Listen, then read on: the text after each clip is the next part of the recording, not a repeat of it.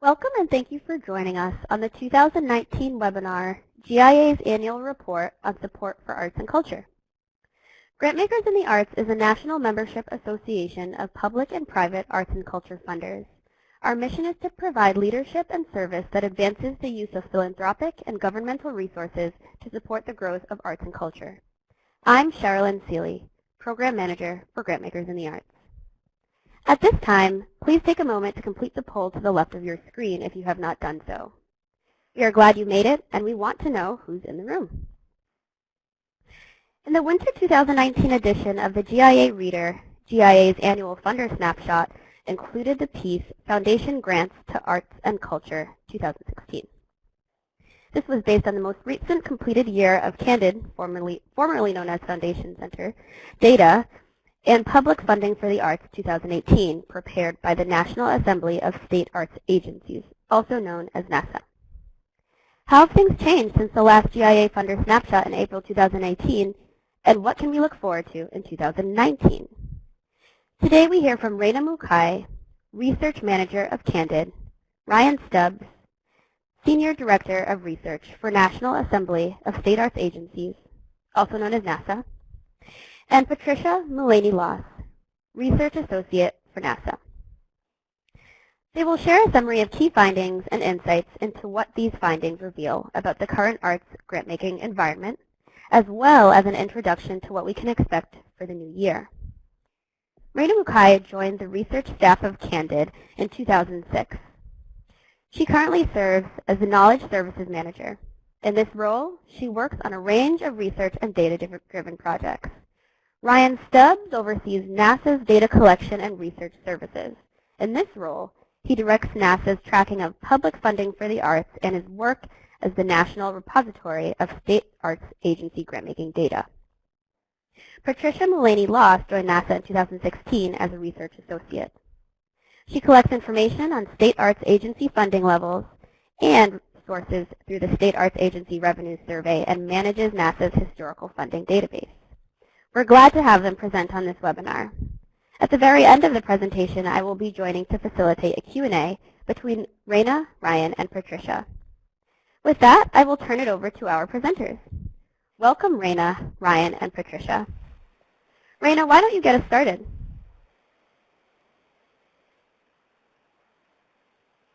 Hi, everyone, and thank you to GIA for organizing this webinar and inviting us to participate again this year. So some of you have probably heard that Foundation Center recently joined forces with GuideStar to become Candid, a new 501c3 organization.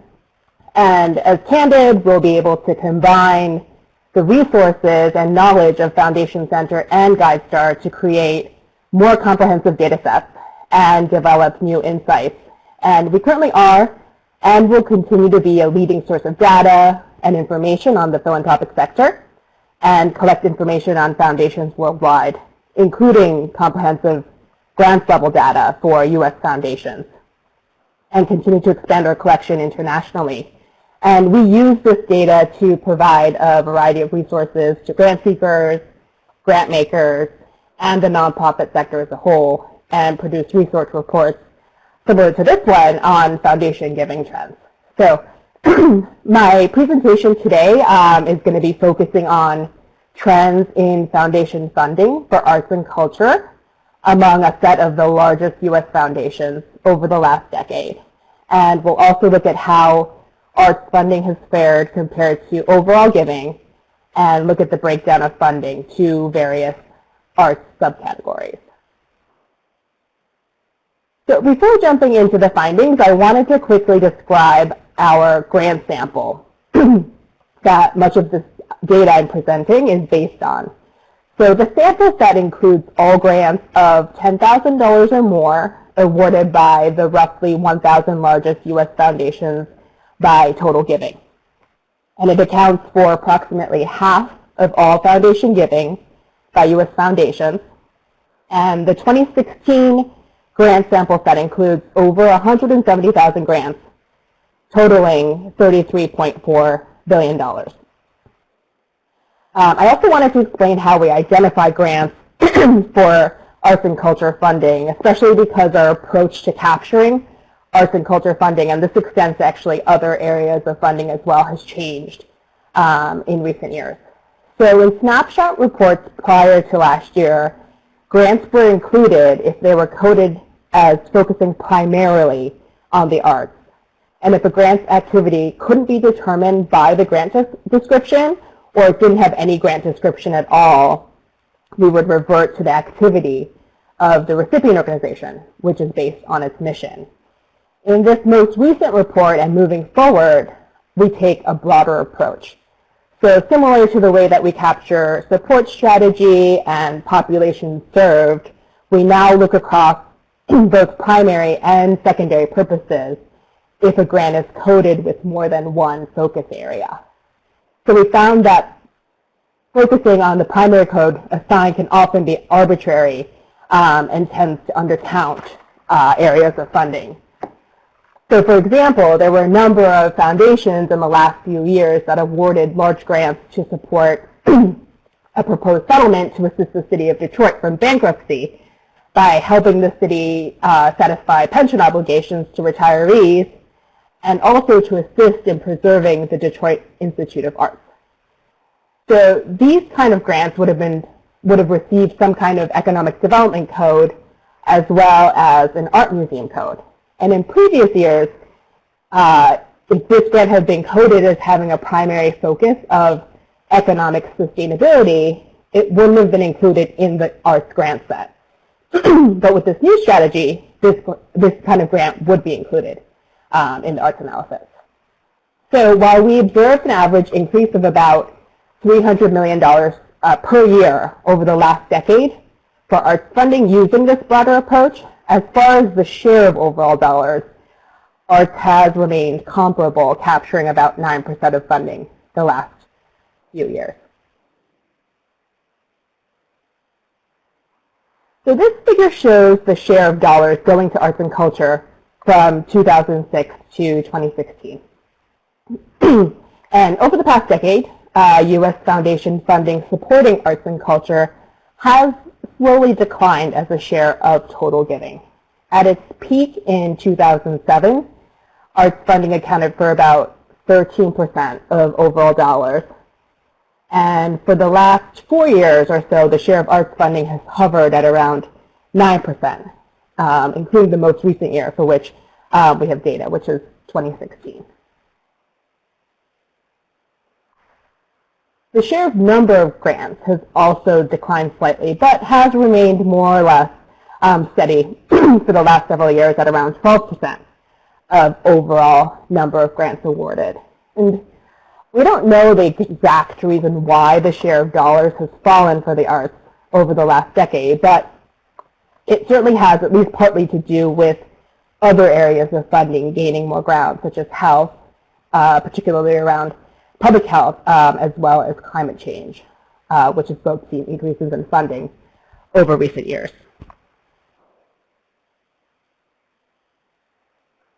This next figure shows the actual dollar amounts awarded for arts and culture by our set of the largest U.S. foundations. And as you can see, prior to 2016, giving for arts has remained relatively steady at around 2.3 to 2.5 billion, not accounting for inflation. And in 2016, funding for arts jumped to $3 billion, an increase of about $500 million compared to 2015. And though there are always large grants included in our stats, there were a number of exceptionally large grants awarded in the 2016 set. So to put it in context, in the 2015 set, there were 54 grants of $5 million or more, totaling about $460 million in the sample set, while in 2016, there were 58 grants of $5 million or more, totaling $750 million. The median arts grant was $28,000 in 2016, which was below the $33,500, which was the median for all foundation grants. and actually also below the $30,000 median amount for arts and culture grants in 2015. But prior to last year, the median amount had remained consistent at $25,000 since at least 2002. So we may be seeing an upward trend as far as the size of grants.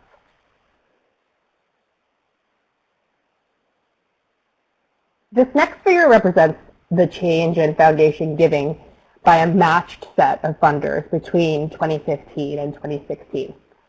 So among a matched set of 883 funders, grant dollars for the arts increased 10% between 2015 and 2016, compared to a 2% increase in grant dollars overall. The change in number of grants in comparison only saw a 2% increase for arts and culture compared to 4% for all giving.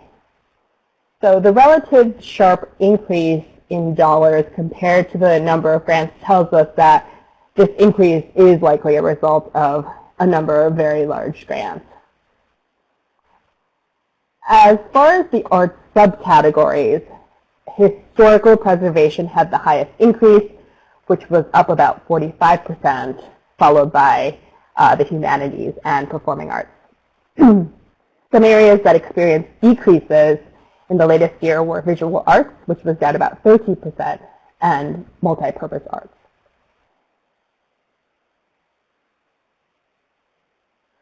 Next, I'm going to talk a little about the distribution of arts funding by field.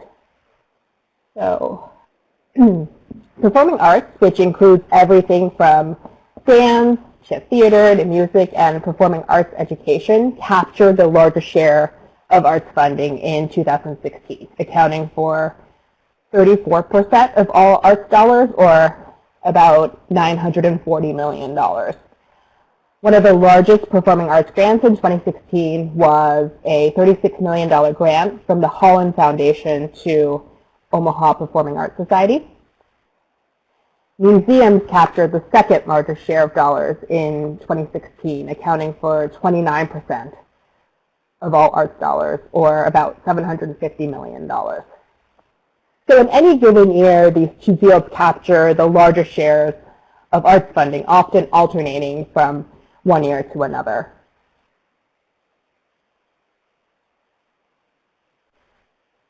So next I'm going to talk a little bit about the distribution of arts funding by types of support, since this is an area of interest to many funders. This figure shows the breakdown of giving to the arts by support strategy. Program, general operating, and capital support account for the largest shares of grant dollars supporting the arts. Program support received the largest share of arts grant dollars in 2016. Special programs and projects typically receive one of the largest shares of arts and culture grant dollars, and the same is actually true in most of the other major fields, such as health and education, where program support consistently accounts for one of the largest shares of funding. General operating support received the second largest share of arts grant dollars.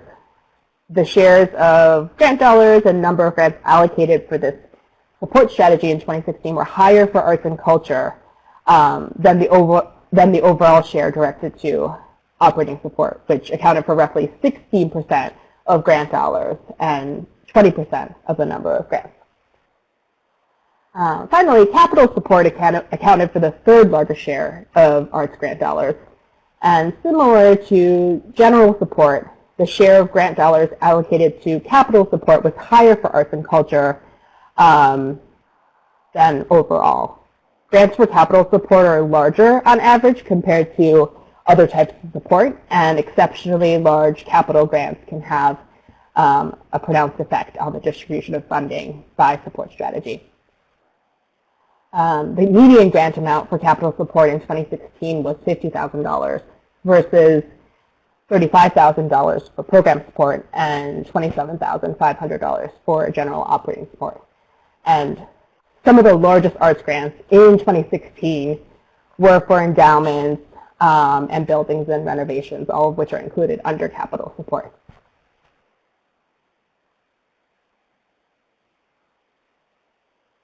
So this last slide looks at all U.S. foundation giving from 2006 to 2017. And you can see that aside from a slight dip in 2009, foundation funding overall has actually increased very steadily. In 2016, giving by the approximately 86,000 or so active private and community foundations rose nearly 10% to $68.9 billion and continued to grow in 2017. And as we saw in an earlier slide, among the matched set of largest U.S. foundations included in the 2016 grant sample set, overall giving was up 2%, while arts and culture funding was up 10%. So while the share of overall foundation support targeting arts and culture is smaller than what was reported, say, in like the early 2000s and before that, arts and culture continues to rank among the top funding priorities of foundations. So actual art grant dollars are likely to grow along with overall foundation giving. What remains unclear is whether arts funding will continue to hold steady, capturing around 9% of funder support, capture a smaller share of overall funding, or rebound to its earlier share of overall foundation support. So that's the end of my presentation. So I will hand it over to Ryan and Patricia to talk about public funding for the arts. Thank you. Great, thanks a lot, Reina. Very interesting information. And hello to everyone. Thanks again to GIA for having us today. I'm Ryan Stubbs. I'm the Senior Director of Research at the National Assembly of State Arts Agencies, and I'm joined by my colleague Patricia Mullaney-Loss, and we're happy to be here today to discuss public funding for the arts in 2018. Our role today is to focus on data trends in public funding and public grant making in the arts. So we'll start with the trends published in the Winter 2019 GIA Reader. Then we'll provide a few funding updates on those trends, and we'll also touch on how the public funding ecosystem works. So with that, I'll hand things over to Patricia to get us going. Thanks so much, Ryan. First, let me identify the sources of public spending on the arts we will be talking about today. I will go on to discuss how much government funders spend on the arts and how this has trended over time. Public funding for the arts is best understood by tracking three key sources: congressional allocations to the National Endowment for the Arts, legislative appropriations to the nation's state arts agencies, and funds allocated by local governments to local arts agencies. So during the presentation, I'll reference appropriations to the National Endowment for the Arts. That's the total budget that Congress approves for the endowment. I'll definitely talk a lot about legislative appropriations to state arts agencies. NASA collects these data twice a year through our state arts agency appropriations and revenue surveys. This includes state appropriated dollars only. It does not include non-appropriated state dollars, federal or private funds. The third layer is local funding. This information comes from Americans for the Arts. We'll look at the total figures for local government dollars going to local arts agencies, with estimates based on the local arts agency census. So as Ryan mentioned, I'll share data published in the winter edition of the GIA Reader, which discusses public funding for fiscal year 2018. And then we'll take a look at new FY 2019 information and data for federal and state governments. So you're getting a great two-for-one deal in this webinar. I'll go through each layer of funding separately, and then we'll combine the layers to get the total government funding for the arts. So let's start with the National Endowment for the Arts. In 2018, the total appropriation for the endowment was $153 million. You'll see that this is less than the 20-year high of $168 million in 2010. And this is, of course, using nominal dollars, not adjusted for inflation. Unfortunately, that 20-year high is not an all-time high. The all-time high funding for the endowment was $176 million in 1992, so that's over 27 years ago. And then taking a look at state appropriations for the arts, state government appropriations to state arts agencies were totaled $353 million in FY18. This is a slight decrease over 2017 and far below the all-time high of $449 million in 2001. So that was over 17 years ago. In 2018, local appropriations for the arts were estimated at an all-time high of $860 million. You can see that this is the highest level at which local arts agencies have been funded in the past 20 years. I would also say that this information is a bit more difficult to measure. This is simply because there are an estimated 4,500 local arts agencies across the country. And there isn't a feasible mechanism to track all of them each year. However, Americans for the Arts Local Arts Agency Census helped recalibrate these data back in 2015, and data from the largest local arts agencies helps them update these estimates on an annual basis. So if you add up all three funding streams, federal, state, and local governments appropriated a combined $1.37 billion to the arts in fiscal year 2018. $1.37 billion is a lot of money, but if we think about that number in terms of total government spending or in an economic context, $1.37 billion becomes very small when you change your perspective. For example, at the national level, the endowment's budget represents about 0.004% of all federal spending. That's 0.004%. At the state level, state arts agency appropriations represent about 0.037% of total state spending. We also know from the National Endowment and the Bureau of Economic Analysis that arts and culture production accounts for $763 billion of national gross domestic product, or GDP. So that's equal to about 4.2% of the U.S. economy. So really, by any fair comparison, public investment in the arts is extremely modest. So now we can look at how public arts funding fared in 2019 so far. Given that we have FY 2019 data at the federal and state level, we can start to piece together trends for this current fiscal year. So at the federal level, although the administration called for the elimination of the National Endowment in FY 18 and FY 19, the endowment received a $2 million increase in FY 19 with the recent passage of the federal spending bill, making the endowment's FY 19 appropriation $155 million.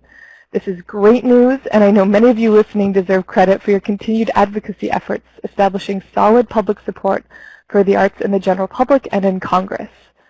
Public funding for the arts is still not something on which everyone agrees, but support definitely transcends the political spectrum. However, I would like to mention the endowment, like all other federal agencies, is affected by political stalemates like the recent 35-day shutdown. It is unclear as to whether this instability will continue into fiscal year 2020. Additionally, though the executive budget has yet to be released for FY 2020, state arts advocates must maintain efforts to work with and educate the new Congress to ensure the endowment has continued wide support. So also a brief update on local arts agencies. While Americans for the Arts has not released the FY19 figures yet, we have seen increases in local spending since 2013. Much of the reported yearly increases have taken place at the local level, and if FY19 follows this upward trend, we can expect to see increases at the local level. So appropriations to state arts agencies increased modestly by 2.1% between fiscal years 2018 and 2019. So this now totals in 2019 $360 million. This comes in conjunction with many states seeing more robust revenue growth, leading to increased expenditures. Compared to the last two fiscal years, fewer state arts agencies are seeing mid-year rescissions as well. State arts agency nominal appropriations remain about the same place they were back in 2015, which is about the same place they were over a decade ago in 2008, before the Great Recession hit state budgets. When we take a closer look at changes between FY 2018 and FY 2019, we see that aggregate growth does not necessarily show a comprehensive picture of the field. A majority of state arts agencies did experience an increase or maintain flat funding. 9 states experienced a decrease in appropriations. And this is a lot fewer than what we saw between the last 2 fiscal years. However, you can see from the median decrease of 14.7% that the majority of these decreases were fairly significant. And now I'd like to put things into context a little bit more by adjusting for inflation. This chart gives you a better sense of how much inflation diminishes the power of the dollar. We see that for all levels of funding, they're about equal or below 1996 levels after accounting for inflation. When we think about the implications for the sector, we know that there are a lot of struggling organizations out there, and that the cost of doing business is rising, making these numbers even harder to swallow. If public funding isn't at least rising with inflation, that means a more difficult environment for artists and arts organizations, and fewer cultural experiences for the population. This funding environment makes it difficult for the public to benefit from the economic, civic, health, and educational benefits of the arts. Another contextual factor is per capita funding. Combined federal, state, and local arts funding yields a per capita investment of $4.16 per person. This per capita calculation is an important measure for public funding because that money originates from all taxpayers. And of course, it's meant to benefit all residents. So the number of communities and individuals public funding can reach is important to consider. As populations grow, public arts agencies need to serve more people. So consistent budget growth is necessarily not only to keep up with inflation, but also a growing nation. This chart shows that population growth, represented by the red line, is pretty consistent in an upward trend, and public funding for the arts is anything but. So now I'll hand it back over to Ryan, who will give some of these figures I just talked about a little bit more context. Great, thanks, Patricia. So now that we know the relative levels of funding and the trends, I want to talk a little bit about how different levels of government grant makers are interconnected, including the National Endowment for the Arts. The endowment, state arts agencies, and local arts agencies are all connected with real dollars. 40% of the National Endowment for the Arts program budget goes to state arts agencies, and about 13% of state arts agency grants go to local arts agencies. But those partnerships and those dollars are matched at every level, leveraging many more funds and contributing to a system of support for the arts in the United States. Now this diagram attempts to illustrate how resources and knowledge move through a system, or through the system. At each level of government, funds go directly to arts organizations and artists through grants. Those funds are then matched by private support and other funds. Additionally, 40% of endowment partnership agreements go to state arts agencies, which re-grant those dollars to many different types of institutions. Some of these dollars are also re-granted at the local level. And re-granting helps support public infrastructure for grant making in the arts and ensures that those closest to the ground are making the funding decisions. Another important part of this diagram is the leadership role that the endowment plays in building the sector in terms of knowledge and programs. Through federal priorities, this leadership filters through every level of government. For example, the National Endowment for the Arts catalyzes cross-sector work through programs such as Creative Forces and Our Town, and contributes research to understand the cross-sector benefits, arts participation, and the value of the arts and cultural production. The connectivity of funding and leadership helps different levels of government learn from each other. And I think the knowledge flows both right to left and left to right as we have it displayed on this slide. So knowing how these systems currently work is important, but it is arguably more important to know who benefits from the system. I want to share a bit of data about what we know about who benefits from arts grant making in the public sector, with a caveat that we could certainly know a lot more. So a giant part of these investments benefits kids in arts education. $90.5 million and 44% of all state arts agency awards are primarily for arts education. 50% of National Endowment for the Arts education awardees are in high-poverty neighborhoods, and we also know that 82% of local arts agencies are active grant makers in arts education. Also, a large part of these investments go to underserved communities. Public dollars don't only flow through large cultural institutions in larger cities. They prioritize communities that need them. For example, 40% of National Endowment for the Arts direct grants take place in high-poverty neighborhoods. 36% go to organizations that reach underserved populations, such as individuals with disabilities. We also know from the local arts census that 42% of local arts agency grants require the grantee to demonstrate diversity. Also, over half of state arts agency awards go to counties with median incomes below the national median. Now, because we have a strong funding and leadership connection between the National Endowment for the Arts and state arts agencies, we also have data on how state arts agencies are serving different populations. Some of these data are relatively new, and at NASA, we've been exploring and analyzing data related to who benefits from state arts agency grants. So as one example, we've taken a look at the distribution of state arts agency grants relative to underlying county demographics. We know that 74% of Americans live in counties where people of color make up more than 1/5 of the population. And here we say 1/5 of the population because that's the national median by county. So this is one way to talk about counties that have relatively more people of color when compared to the nation. Because we have data on the location of state arts agency awards, when we look at the distribution of state arts agency awards, we see that 74% of these awards are going to counties with relatively more people of color, and an even greater percentage of grant dollars go to those counties. So this really doesn't say much beyond the fact that grants are following populations, but it does suggest some parity of public arts funding and populations of color, at least at the national level. So funding economically disadvantaged communities is another important aspect of public sector grant making. 21% of state arts agency grantees report directly serving individuals below the poverty line, and 14% of all state dollars support programs for people living in poverty. As a comparison, census data tells us that 15% of the national population is living in poverty.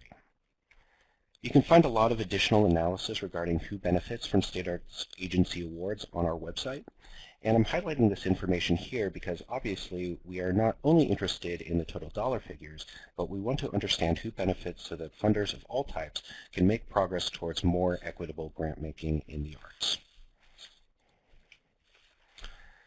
Now for a few comparisons related to the size and distribution of awards across sectors. This chart shows the number of grants by dollar size for the National Endowment for the Arts, foundations, and state arts agencies. Keep in mind that this chart does not include foundation grants below $10,000, so it's not that they do not exist, they are just not shown here. One thing that we know from these data is that public funders strategically invest in many more small awards. A lot of this is about geography. And given the modest amount of funding in the public sector and the need to serve the entire public, public funders invest more in small awards. This is also illustrated by the median award sizes. The median state arts agency award is around $4,500, the median NEA award is $20,000, and the median foundation award, as we just heard, is $28,600. So another way of showing the geographic imperative of public grant making is to show the distribution of funds on a map. So again, this doesn't include foundation grants below $10,000, but we see that private sector funders reach across the country. When we add in grants from the National Endowment for the Arts, we see that an even wider geographic area is reached. And then when we add in state arts agency awards, we see a substantial increase in geographic coverage. And if we were able to add in local arts agency support, I'm sure that we would see an even greater geographic distribution of arts funding. So all of this is to say that the arts in the United States are better served by the combination of public and private support. Public and private institutions at every level operate independently according to their needs, their constituencies, stakeholders, and partners. The cultural ecosystem requires both public and private support to thrive. And while the public sector provides the private sector provides the lion's share of financial support, government funds are modest but important. They achieve wide geographic access to cultural experiences and embed the arts into many functions of state government. So you can find much more information and data on public funding for the arts at the following websites for the NEA, NASA, and Americans for the Arts. And with that, I will hand things back to Sherilyn for questions.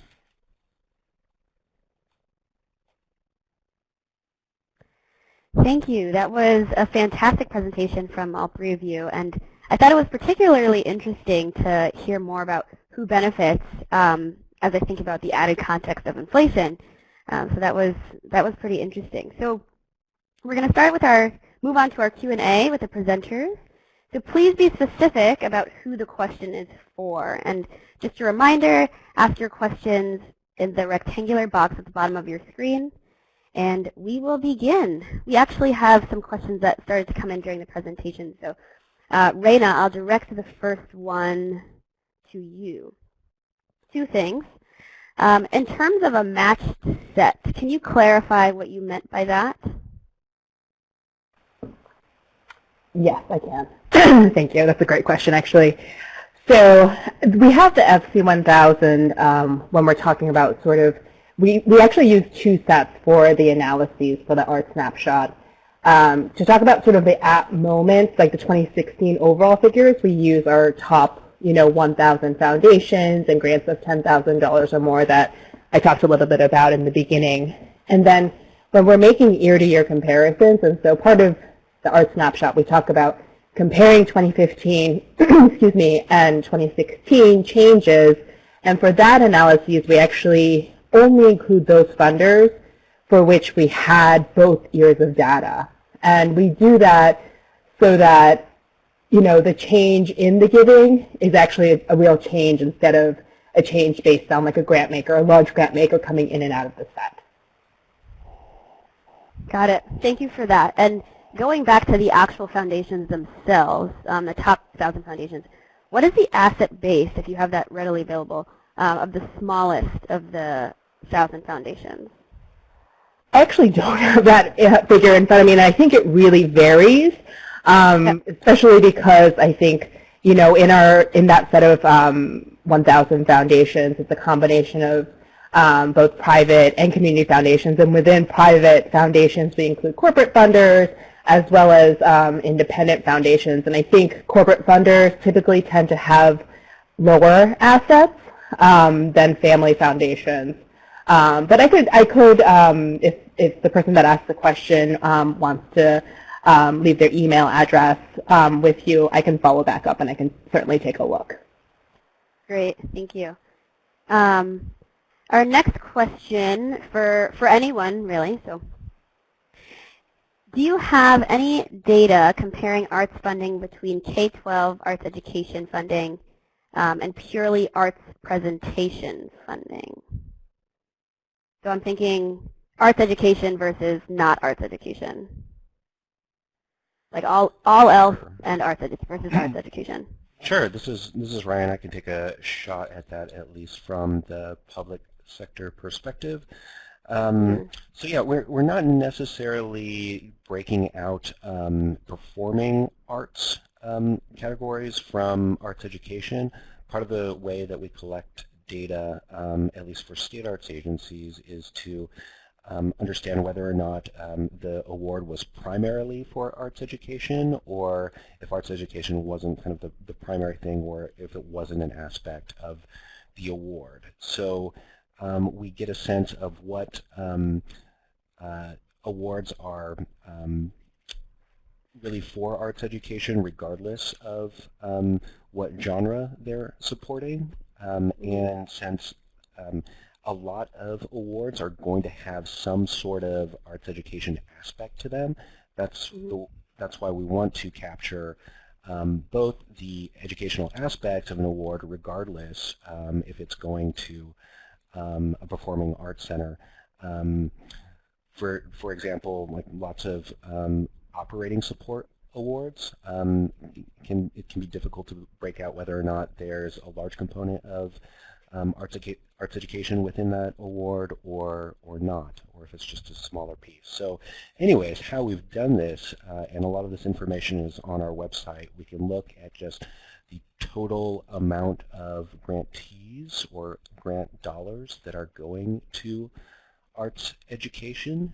And I'm just looking, we've got a fact sheet on our website, and we know that 29% of all state arts agency grant dollars go towards arts education, right? So if we looked at it that way, we could say, you know, at least 29% of those dollars are primarily for arts education, or I'm sorry, 29% of those awards, and actually 44% of, I'm sorry, 29% of grants and 44% of grant awards. Got it. And you just spoke to state arts agencies. Kind of shifting to government funding, I've got a question still for you, Ryan and Patricia. The data shown in your presentation, does it encapsulate all arts-related government funding? Are there other ways that the government can support the arts? Sure, I'll take that one again. So the funders that we're talking about today are public arts grant makers. So these are dollars that filter directly to arts organizations, artists, and communities from the public sector. So we're not talking about things that are also out there, such as tax advantages for nonprofit organizations or creative industries, other federal investments that may go to the Smithsonian Institution, or things like military bands, or other institutional support that may not go through arts agencies or public arts agencies. And those things are out there, and one could attempt to account for them, but there is also something important to say about the empowerment of the field through the existence of state, local, and federal agencies that are primarily devoted to supporting the arts. Great, thank you. Got a question for you, Reina. In what ways might it be possible to isolate foundation giving data on arts education as a distinct field? And you know, the person goes on to say that arts education was mentioned as an undefined subset of performing arts. However, arts education is a foundation priority area, and a multifaceted movement in itself is broader than that. Mm-hmm. I think it would be possible.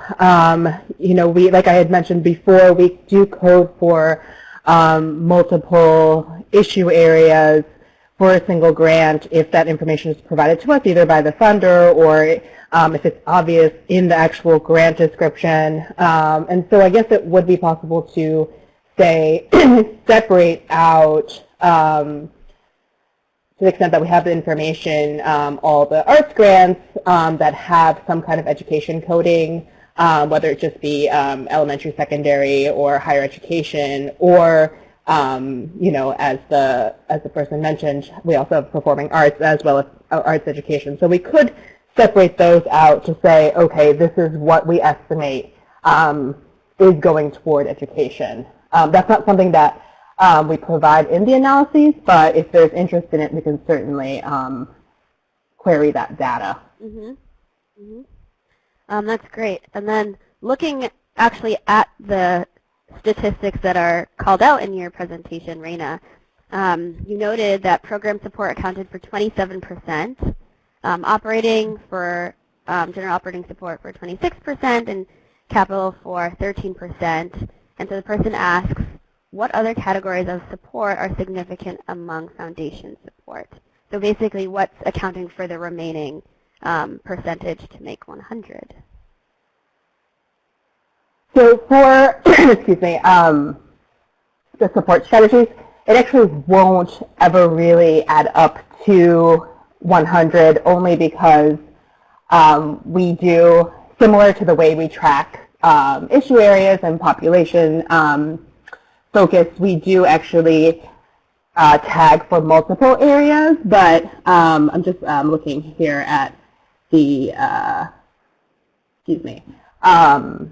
tables that we submitted for the GIA. Other areas, I think, of support, specifically, let's see, for arts support strategies were, I think, like research, I think, was an area that perhaps received a significant or more than significant share of funding. I apologize. I'm just trying to open the, I think also, I think advocacy as well and capacity building were also some areas that received significant amounts of support strategy funding. Mm-hmm. Great.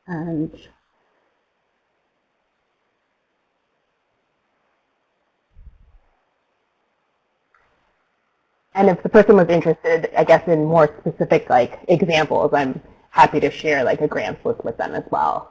Great. Okay. Thank you. Question for both of you. Someone asks, where is giving via tribal organizations accounted for?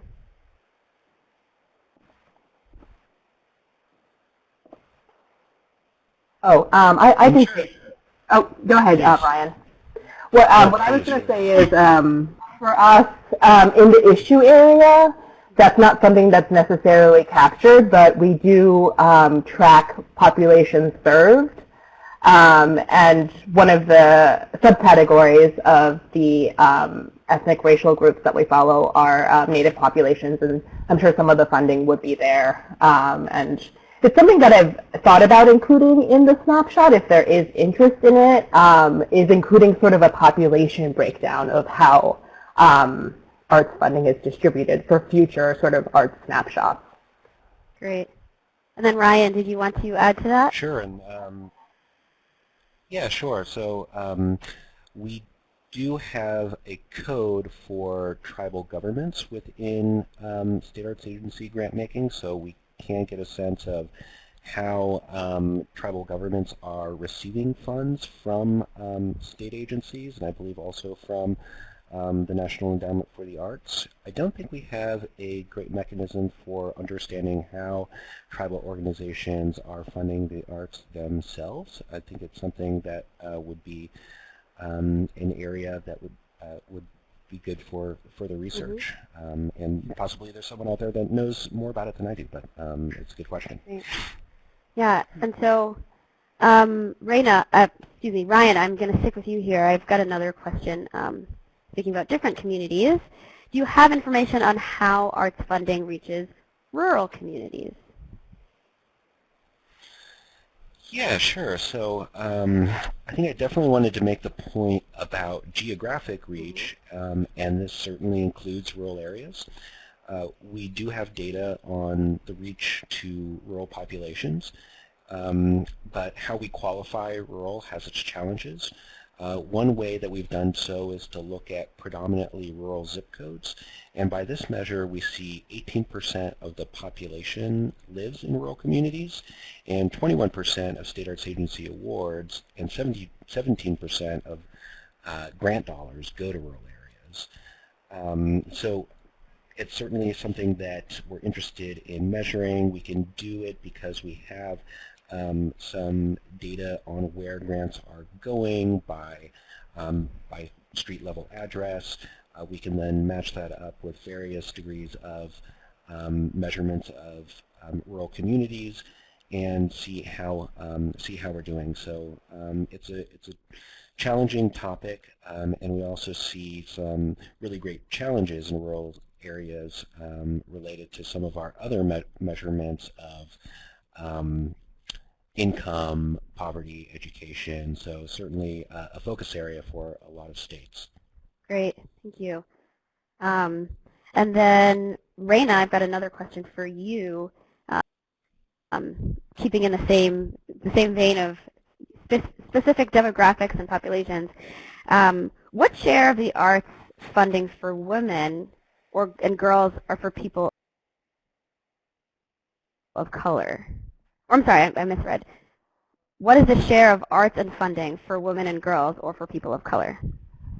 Sure, that's a great question. And again, if there is interest sort of in seeing how arts funding is allocated toward the various population groups that we track, that's something we can certainly include in future snapshots. I would say, looking back at the last 5 or so years of data, I would say about 6% of arts and culture grant dollars have been awarded to racial and ethnic groups, overall, people of color, and about 8 to 9% of number of grants.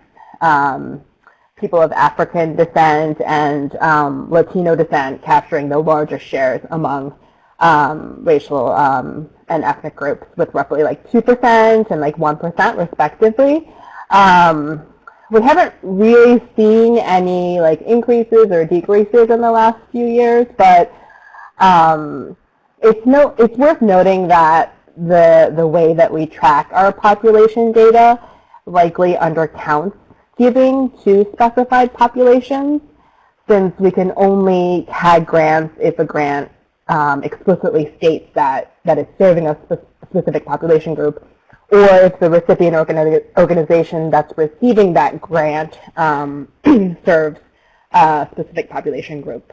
So many of the grants that we analyze don't specify any population groups, and this may be because it's meant to serve the general public, but I think in many cases it likely does serve specified groups. But if the funder doesn't provide that information, there's no way for us to track it. So I do think it is undercounted. And as far as the share for women and girls, I think it's lower. I think it's around for the last 5 years, I think it fluctuates somewhere around 0.6% to 1% funding, arts funding for women and girls.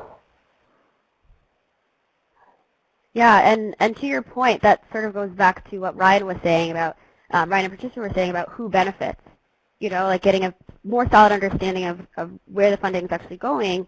You have to call out the demographic information so you can get a solid understanding of what the data is communicating.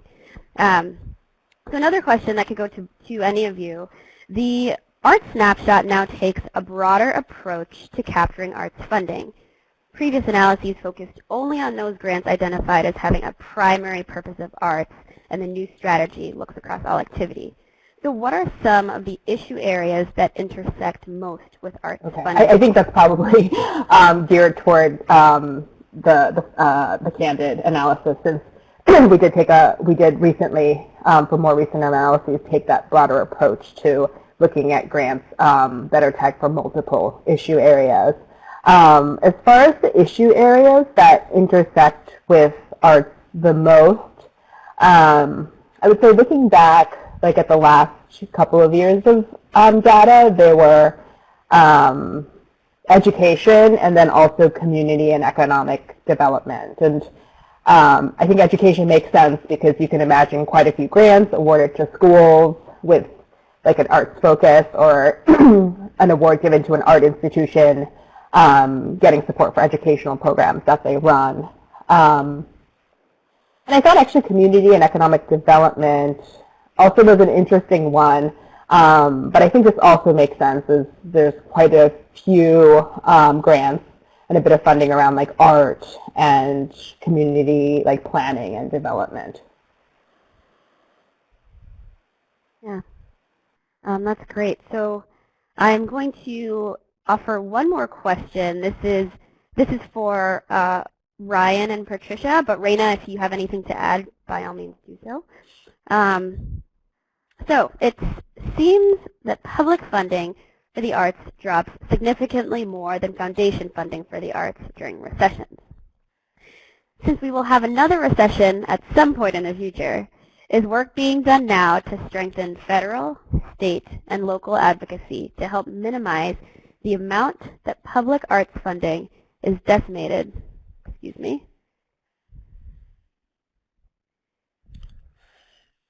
during the next recession? Sure. I can take a shot at that. You know, it's a good question. I think that certainly we've seen the correlation between the ups and downs of public funding for the arts and the economic cycle. That's largely due to how the economic cycle affects state budgets. And in that course, we see that arts agencies aren't necessarily affected disproportionately than other areas of government. We've seen arts funding fluctuate in the same ebb and flow as the rest of state government is affected by the amount of tax revenues that governments collect. However, it's also affected by other things, right? It's affected by advocacy efforts.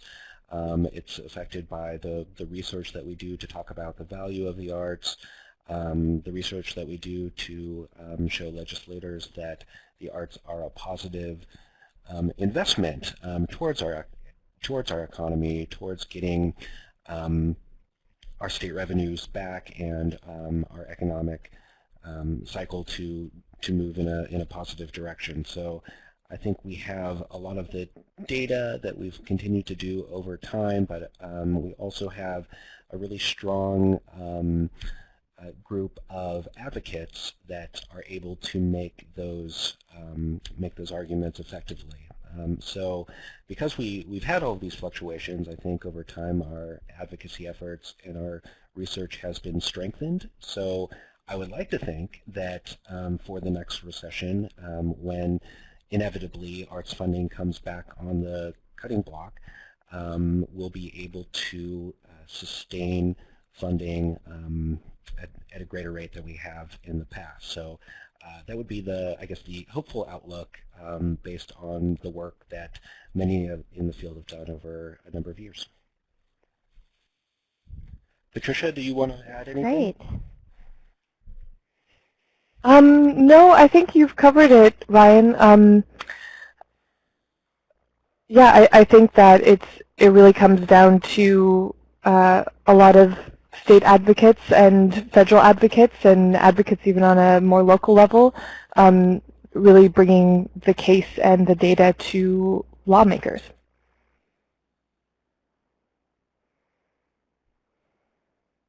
Awesome. And then Reina, do you have any closing thoughts that you'd like to add?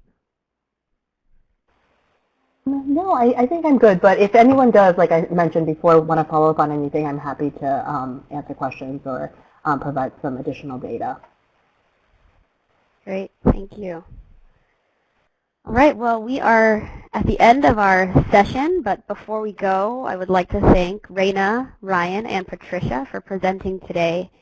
Today's presentation has been recorded, and we will be sending you a link to this file and the presentation slides within the next day or two. We also invite you to take a brief survey that we will share immediately following the webinar. Your feedback is very important to us, and it helps us in the design of future webinars. If you have further questions, if you'd like me to direct them to Ryan, Reina, or Patricia, that's great. You can feel free to reach out to me, Sherilyn Seeley. And again, thank you for joining us. Have a great day.